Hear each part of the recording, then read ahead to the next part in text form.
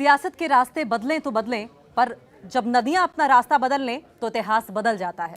अप्रैल 2025 के पहलगाम आतंकी हमले के बाद भारत ने जब दशकों पुरानी सिंधु जल संधि को स्थगित करने का ऐतिहासिक कदम उठाया, तो पाकिस्तान की रगों में बहता पानी ही नहीं बल्कि उसकी पूरी अर्थव्यवस्था भी थम गई। खून और पानी एक साथ नहीं बह सकते का ये फैसला अब जमीन पर हकीकत बन चुका है।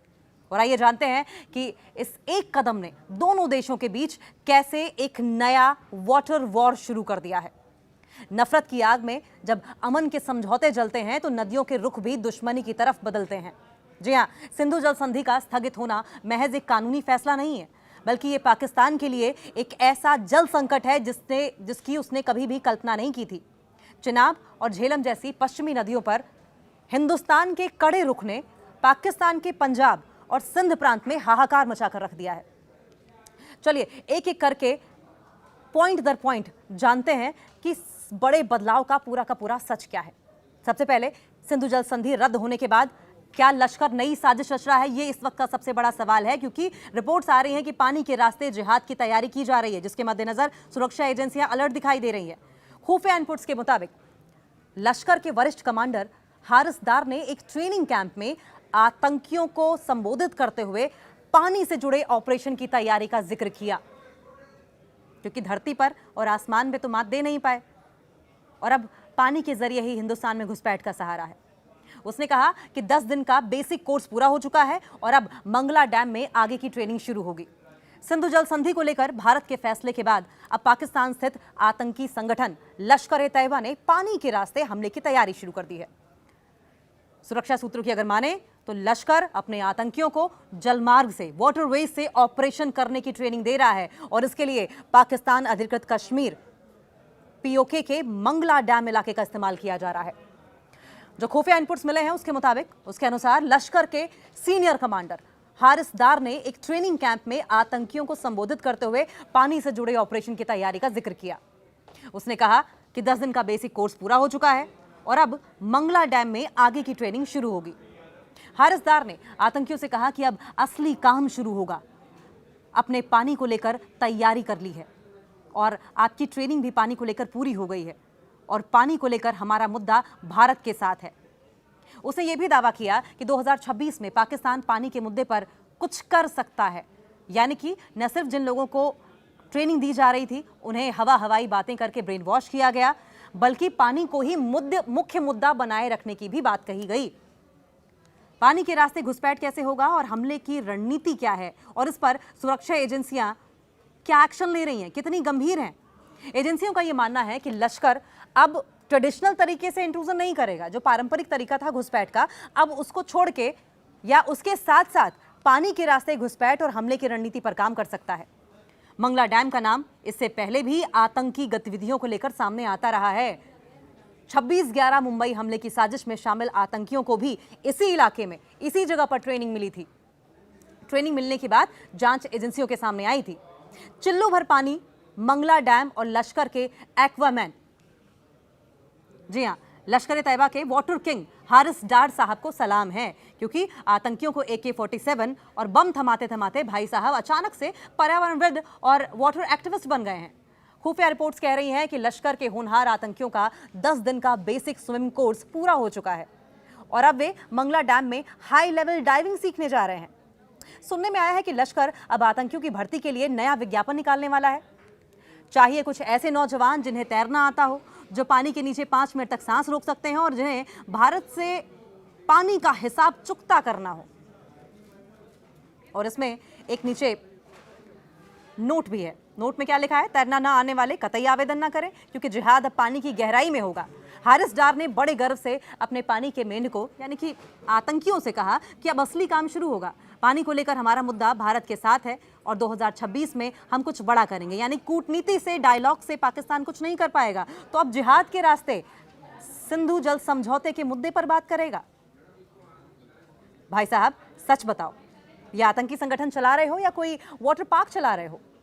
भारत ने क्या सिंधु जल संधि को स्थगित करके पानी रोका है? आपकी तो पूरी रणनीति ही गीली हो गई है। भारत ने जरा सा पानी क्या रोक दिया, आपकी पूरी की पूरी रणनीति गीली हो गई, पूरी तरीके से पानी का इस्तेमाल करने पर आमादा हो गए। आतंकी भी पानी में ही ट्रेन करेंगे क्या आप? आतंकी कल तक पहाड़ों की कंदराओं में छिपकर घुसपैठ की प्लानिंग करते थे, वे अब मंगला डैम में लाइफ जैकेट पहनकर तैरना सीख रहे हैं। कहीं ऐसा ना हो कि असली काम शुरू होने से पहले ही भारत के मरीन कमांडोज यानी कि मार्कोस मंगला डैम के किनारे फिशिंग रॉड लेकर बैठ जाएं और आपके इन नए नवेले गोताखोरों को पानी से ऐसे निकालें जैसे कांटे में फंसी हुई मछली हो।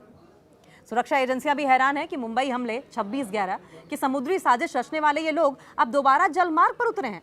लेकिन शायद हारिस डार भूल गए कि ये 2008 का भारत नहीं बल्कि 2026 का न्यू इंडिया है। अगर पानी के रास्ते कुछ करने की कोशिश की तो भारत ऐसा वाटर प्यूरिफायर चलाएगा कि लश्कर का सारा कचरा एक बार में ही साफ हो जाएगा। खैर, लश्कर के कमांडर्स को हमारी एक नेक सलाह है, मंगला डैम में डाइविंग सीखने से पहले अपने आतंकियों को चिल्लू भर पानी भी दे देना, क्योंकि भारत ने जिस तरह से नदियों का रुख मोड़ा है, आगे चलकर डूबने के लिए बस उतना ही पानी नसीब होने वाला है आपको। आतंकी कैंपों, जलमार्गों, संदिग्ध गतिविधियों पर लगातार नजर रखी जा रही है। पहलगाम आतंकी हमले के कथित मास्टरमाइंड सैफुल्लाह खालिद कसूरी के भी इसी ट्रेनिंग हब में देखे जाने की जानकारी मिल रही है। ये बड़ा सरप्राइजिंग था। इससे इस बात के संकेत मिल रहे हैं कि लश्कर अपने पुराने नेटवर्क को दोबारा सक्रिय करने की कोशिश कर रहा है। भारत की सुरक्षा एजेंसियां अब बॉर्डर पार आतंकी कैंप, वाटरवेज, जलमार्गों और संदिग्ध गतिविधियों पर पैनी नजर रखे हुए हैं। खासकर सिंधु जल संधि से जुड़े तनाव के बीच पानी को लेकर दिए जा रहे आतंकी संगठनों के बयानों को सुरक्षा के लिहाज से बहुत इंपॉर्टेंट बनाया जा रहा है।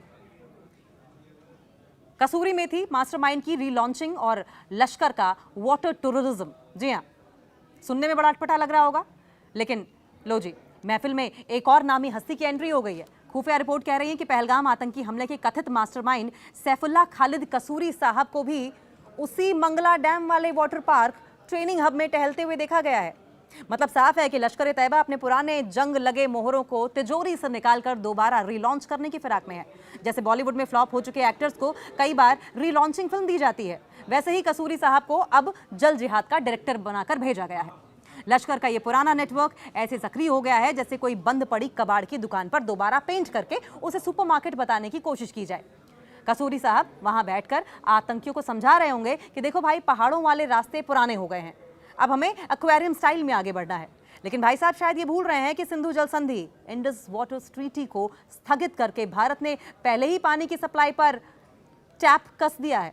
एक तरफ पाकिस्तान में पानी के लिए बूंद बूंद के लिए हाहाकार मचा हुआ है और दूसरी तरफ लश्कर के ये क्रिएटिव थिंकर्स बचे खुचे पानी में तैरने की ट्रेनिंग ले रहे हैं। इसे कहते हैं घर में नहीं दाने, अम्मा चली गोता लगाने। इधर भारत की सुरक्षा एजेंसियां अभी पूरी तरीके से एक्शन मोड में हैं। वे सीमा पार के इन आतंकी कैंपों और जलमार्गों पर ऐसी पैनी नजर रखे हुए हैं जैसे कॉलोनी की कोई सीसीटीवी, या आप कह लीजिए कॉलोनी की कोई सीसीटीवी जैसी आंटी, सीसीटीवी आंटी पड़ोस के लड़कों पर नजर रखती हूँ। एजेंसियां अब सिर्फ दूरबीन से बॉर्डर नहीं देख रही, बल्कि उनके पास ऐसा थर्मल विजन है जो मंगला डैम की हर एक लहर और कसूरी साहब के हर एक कदम को लाइव ट्रैक कर रहा है। लश्कर के आकाओं को लगता है कि पानी के रास्ते आकर वे कोई सरप्राइज देंगे। अरे भाई, जब एक तुम्हारे गोताखोर बॉर्डर के पास तैरकर पहुंचेंगे, तब तक भारतीय सेना के जवान किनारे पर चाय पकौड़ी का इंतजाम करके बैठे होंगे कि आइए हुजूर, आप ही का इंतजार था, चाय पकौड़ी ले लीजिए।